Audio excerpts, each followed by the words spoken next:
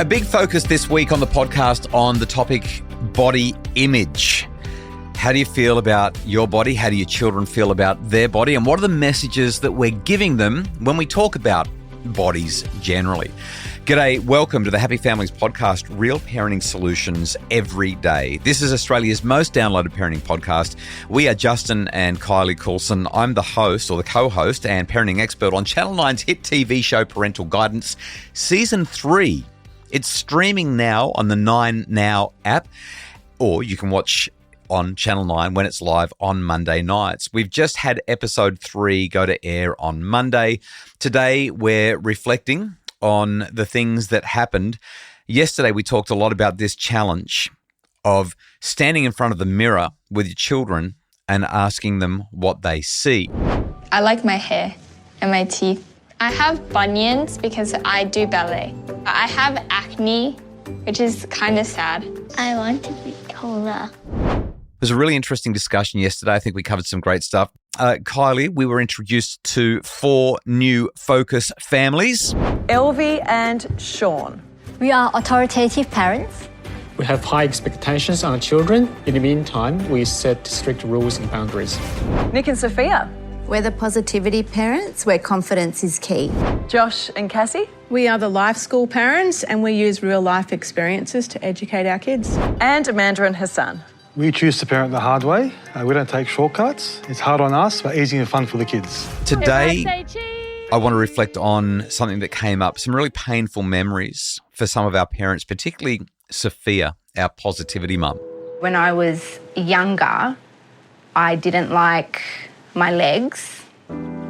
I used to get teased at school. And there used to be actually writing on the walls about mummy's legs. I didn't like my body at all. It's very important, especially being a girl, okay, that you don't let other people tell you what beautiful is. You know how mummy always says that to you? Okay, because we're all different. Okay, I love you. Love you. I would binge and then I'd be like, oh, no, I'm getting too big now. Let's scale that back to like not eating. Like that's just not healthy, you know, and then all my friends were doing it. And I think when you're young, you're very impressionable, okay? And if you don't have a lot of support around you, you don't have, you know, parents that are guiding you, you know, through that type of stuff. I can definitely relate with that. I was one of 4 girls. 2 of my older sisters suffered quite bad eating disorders growing up. And it did stem from my dad was obsessed with the way he looked.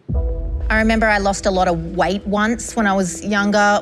I was severely underweight. And someone said, I'm really worried about you. And I went to my dad and he said, I don't know what they're talking about. You look fabulous. And so it does come from the parents. And, you know, you're lucky if you can get out of that without any repercussions. Kylie, so many things that come out of that audio. What are your reactions? It didn't surprise me at all, but every woman in that room had a story. Yes.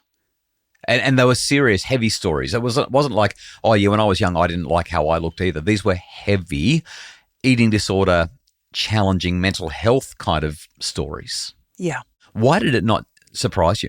Because as women, there has just always been so much emphasis on the way we look and very little emphasis on what we can do.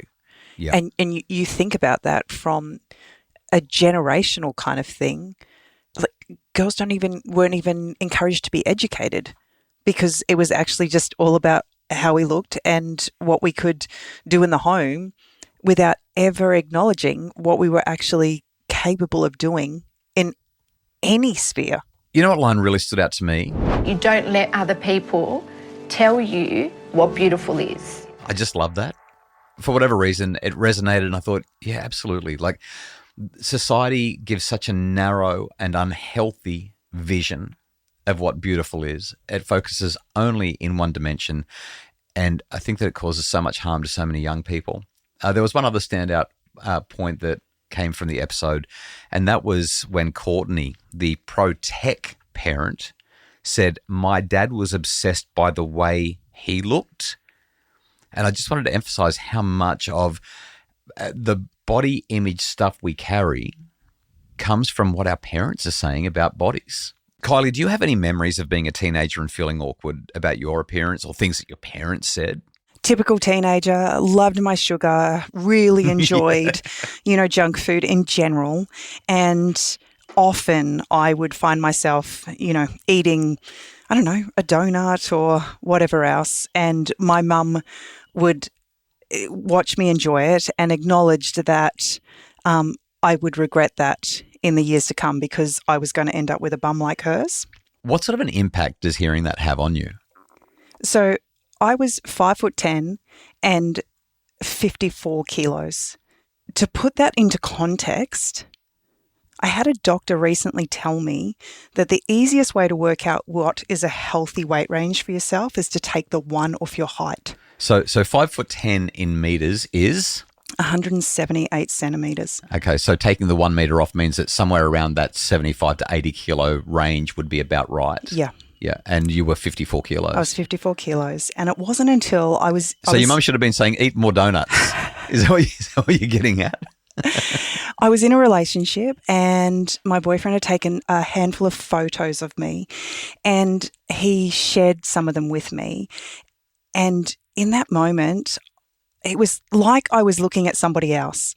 And what blows my mind is how distorted our vision is. Yes. Oh, it's my goodness. so distorted. I would look in the mirror and I would see someone who needed to lose weight and I would pull my body to pieces. And yet when I saw this photo, all I could see was my clavicles just like popping out. Like I was skin and bone. Right. And I remember at that period of time, my mum actually used to follow me to the bathroom because she thought that I must be vomiting. And yet she's still giving you this message that don't eat the donut. Yeah. And I wasn't, but I wasn't eating. So yeah, it took that photo to actually kind of shake me up and make me realize that what I was seeing in the mirror was a distortion of reality. One of my favorite stories as well is when we went on our first date. So you would have been 18 when we started dating. Yeah. And we went on our first date and walked into the charcoal chicken shop down at Terrigal Beach where I ordered a chicken and some chips and then looked at you and said, what would you like to eat? And you said, well, I'll just have some of what you've ordered. And I said, no, that's actually mine. What would you like to eat?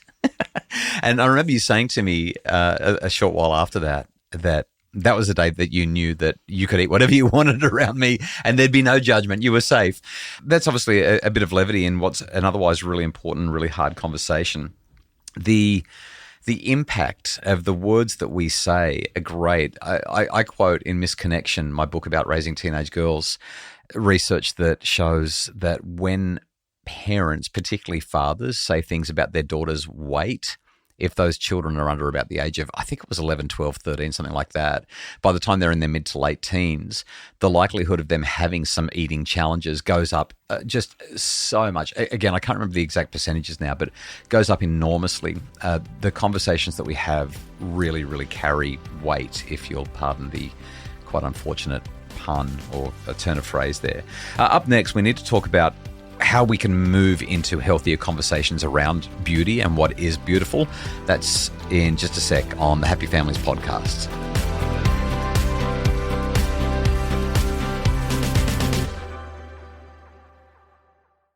I want to play you some audio of you saying something pretty awesome. When discussing body image, we need to move away from beauty. Instead, emphasize functionality. Emphasize finding joy. Focus on what you can do, not what you look like. More than anything, remember that beauty is best defined by who you are and not how you look. Okay, so what do you like about that? For centuries, we've focused on girls' looks. I said that earlier in our discussion. Yeah. And one of the things that we have been really intentional with our girls is acknowledging what their bodies allow them to do. Yeah. But not only that, when we focus on beauty, we talk about the qualities, the attributes that make them a beautiful person. In other words, it's not a physical appearance thing. These are the attributes, the beautiful attributes of character that make you you. Because those characteristics of goodness shine forth, and they actually make you a more beautiful person in general. So can I jump in and read something from Misconnection? Because Misconnection is the book about raising teenage girls, and it's probably the book that I'm most proud of. I've written a few books that I really, really like, but this one, it's made such a difference to so many families. I actually wrote this in chapter 4, Pixel Perfect. I wrote, the subheading is Tell Your Daughter She's Beautiful. So a lot of people really don't like this. They think that we should move away from telling kids that they're beautiful because it's going to create some sort of a complex in them. But this is what I want to read to you. I said, I recognize that this is a controversial thing to say, particularly because I've been arguing in this chapter that identity is negatively impacted by peers or parents emphasizing appearance. But hear me out on this. At a conference a number of years ago, a man spoke to me after my presentation. I'd been discussing how our girls need to know we're proud of them. He shared with me that he would see his little girl all dressed up in her Sunday best before church each week and tell her joyously how beautiful she was. When she was about 9 or 10, she said, "Dad, am I only beautiful when I wear a dress?" It occurred to him that he only ever complimented her appearance on those Sunday mornings when she donned her dress. She thought she wasn't beautiful at any other time. Karen Young, the mastermind behind Hey Sigmund, says that girls should know they're beautiful regardless of their appearance.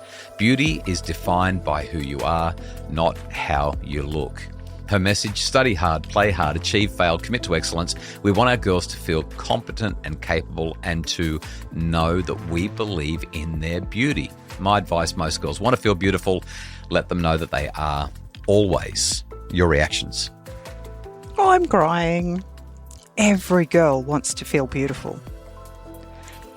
But I love that dad's recognition after his daughter asked him the question, am I only beautiful on Sundays because of what I'm wearing?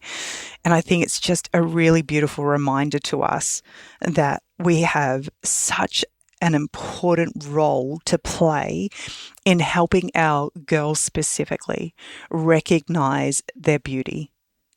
And it's not about what they put on. It's not about the makeup. It's not about the dress. It's actually about who they are. Yeah. It's not the dress. It's the girl in the dress. Yeah. I don't want to sound cheesy, but you're beautiful when you get weepy. Stop it. All right. Very serious conversation. Tomorrow's episode, we're going to be talking about what can happen when negative body image thoughts can develop into serious life-threatening health issues. One of the toughest conversations that we'll ever have on this podcast on the disease that is anorexia.